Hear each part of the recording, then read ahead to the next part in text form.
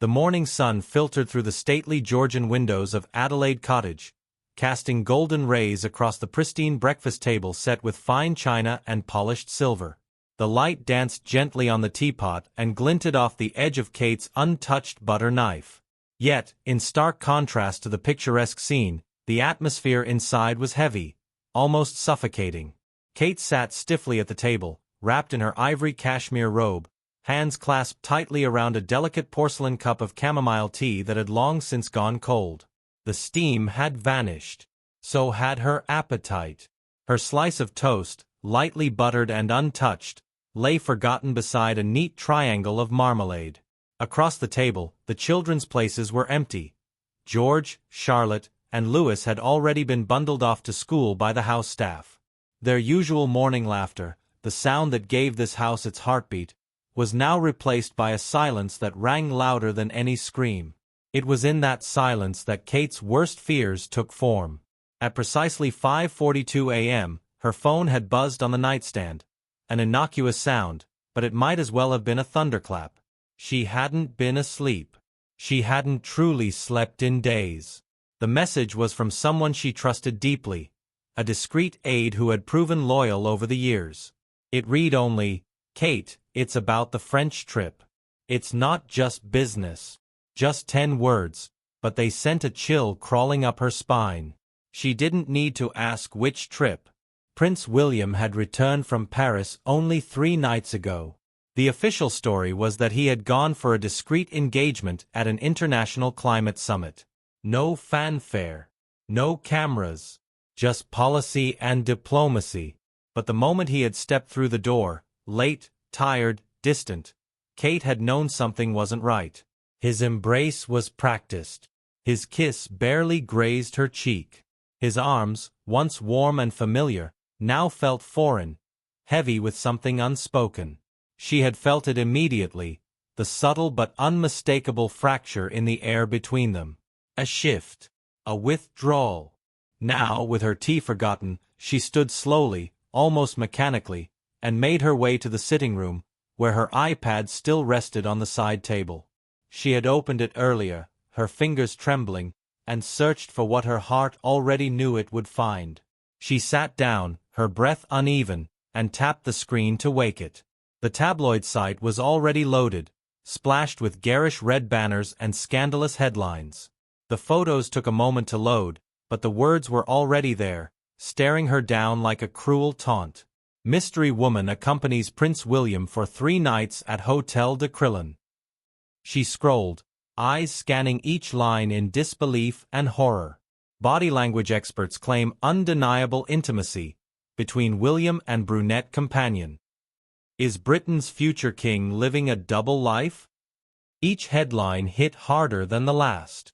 The images followed. Grainy but damning. William stepping into a luxury vehicle beside a striking woman with long dark hair, her hand brushing his arm. Another photo, taken from a distance, showed them seated across from each other in a dimly lit restaurant. His expression was animated. Hers was glowing. Kate swallowed hard, her mouth dry. A single tear slid silently down her cheek as she tried to steady her hands. Her thumb hovered over the screen, wanting to swipe away, to shut it all out. But her gaze remained fixed, haunted by what she saw. Not just by the woman or the headlines, but by the confirmation of a suspicion that had been gnawing at her for days. 4 months. This wasn't just an affair. It was a betrayal on the world stage. A fracture in the image they had so carefully preserved. A wound inflicted not only on their marriage, but on the entire royal narrative. And now, the silence in Adelaide Cottage wasn't peaceful. It was damning.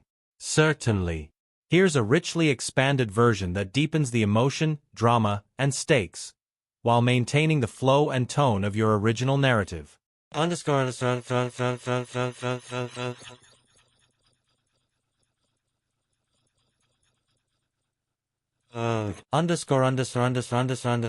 Kate's fingers trembled violently, barely able to grip the edges of the iPad.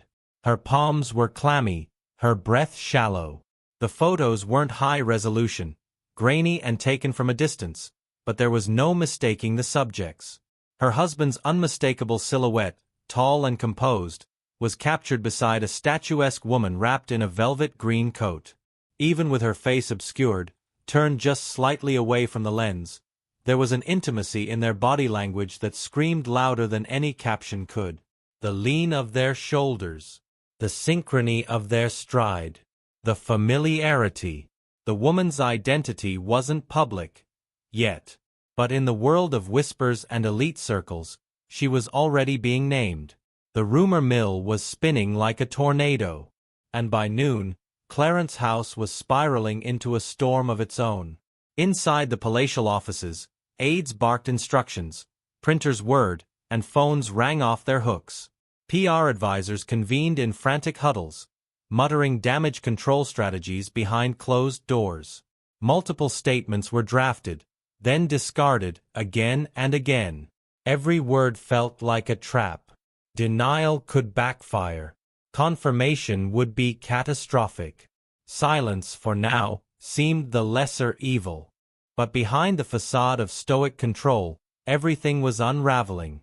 At Windsor, Kate had locked herself in the royal suite. The door was shut, the heavy curtains drawn, as if she could block out the eyes of the world beyond them. She sat perched on the edge of the antique four-poster bed, still in her dressing gown, her knuckles white as she clutched a pillow to her chest. The dam of composure she'd spent years fortifying had ruptured. Her heart pounded so loudly it drowned out everything else. Every footstep in the corridor, every hushed voice outside the door. Her phone buzzed again. Another call from Pippa. Her sister had already rung 3 times. Carol Middleton, her mother, was en route, driven under police escort. But Kate couldn't bring herself to answer. Her lips parted as if to speak, but nothing came out. Her voice, like her world, was gone. Frozen. Then, without warning, a message pinged through from her private secretary. It's her. The same woman from 3 years ago. Time stopped. Kate stared at the screen as the words burned into her vision. The same woman. The past she had willed herself to forget came roaring back with brutal clarity. Her grip loosened. The phone slipped from her hand, hit the floor with a dull thud, and Kate followed. Her knees gave way, folding beneath her as she collapsed onto the thick rug. The room tilted. Her vision blurred. Cold sweat pooled at the base of her spine. Within minutes, the palace physician was called. Royal staff moved quickly but quietly through the halls, their footsteps muffled as if by instinct. The priority was twofold: stabilize the Princess of Wales, and shield the children from the chaos.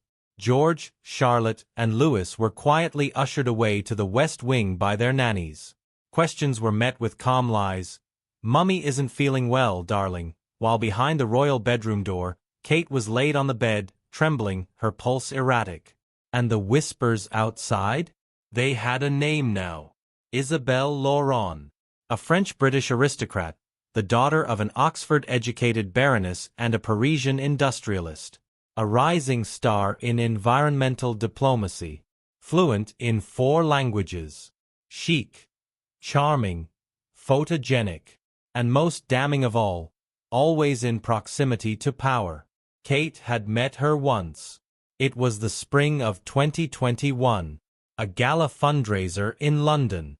Kate remembered the red silk gown she wore that night and the tension that had settled in her chest like ice. William had laughed with Isabel. Longer, louder, more freely than she'd heard in months. He had leaned in, touched her arm. And when Kate asked about it later, his answer was swift and dismissive. "She's just a contact, Kate. You're overthinking it." But she hadn't been. Her instincts had screamed that night, screaming the way only a wife's instincts can. Still, she had silenced them. For the sake of the children. For the monarchy. For the myth they all helped build. Now, those whispers she had buried deep inside herself were exploding across the globe. By 6 p.m., the story had jumped the pond. What began as whispers in French tabloids had ignited into a social media wildfire. #Royal Affair was trending across platforms. TikTok creators pieced together timelines with forensic zeal. Reddit threads dissected every movement of William's calendar. Commentators on morning shows speculated wildly. And then came the bombshell. A former royal butler appeared on late-night television, smirking cryptically and hinting at visible cracks in the marriage for over a year. The nation was watching, and so was the world. That evening, Buckingham Palace issued a statement. It was short, controlled, measured. The Prince of Wales has always conducted himself with the highest integrity. No further comment will be made regarding tabloid speculation. But it was far too late. The people had already seen the photographs. They had seen Kate, pale and shaken, escorted out of Windsor by her mother, the press snapping photos from behind iron gates. They saw something else too, something deeper, something that struck a chord. They saw a future queen humiliated. And they remembered. A journalist from The Guardian wrote it plainly. If silence is their strategy, they underestimate the emotional intelligence of the modern public. This isn't the 1980s. People see Kate, and they see Diana's heartbreak all over again. And in that moment, across newsstands and living rooms, a dangerous thought began to take root. History wasn't just repeating itself. It was haunting them. The following evening, William returned from a business meeting at Sandringham. He found Kate sitting by the fireplace in a pale blue silk robe. Her eyes were dry but hollow. "I need to know everything," she said quietly. "No spin. No palace advisors. Just the truth." William stood silent. The crackling of the fire filled the room. "It wasn't supposed to happen," he finally said. "But it did." Kate inhaled sharply. "Is she in love with you?" "I don't know. Maybe. But it's over." Kate stood. "No, it's not over. Because it never should have begun." William stepped forward. "Kate, please." "No," she said, backing away. "You don't get to beg for forgiveness until you understand what you've broken. I defended you. I turned down offers. I let the press tear me apart quietly while I wore the mask. And for what?" William lowered his head. His voice cracked. "I never stopped loving you."